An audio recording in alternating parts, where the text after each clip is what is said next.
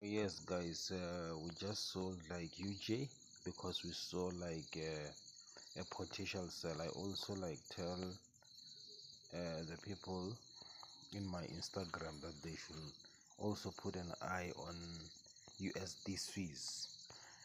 It's still gonna go down the long way, and USD CAD. So um, I'm gonna hold this trade. I'm gonna come back again. I hope like tomorrow I might get something, like there might be a volatile movement to the downside. So if you want to get a setups like this, just make sure that you go to the bio in order for you to get like a link that will direct you to our Instagram page, so that when I post something like this, you take advantage of it. Thank you. Yes, guys, this is the trade that I spoke about the other time.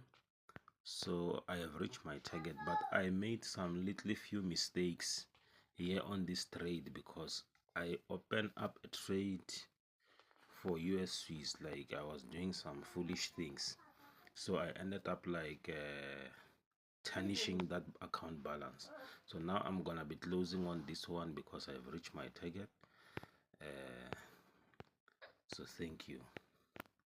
So whenever, if you want something like this to be given to you, you just have to follow the link in the description.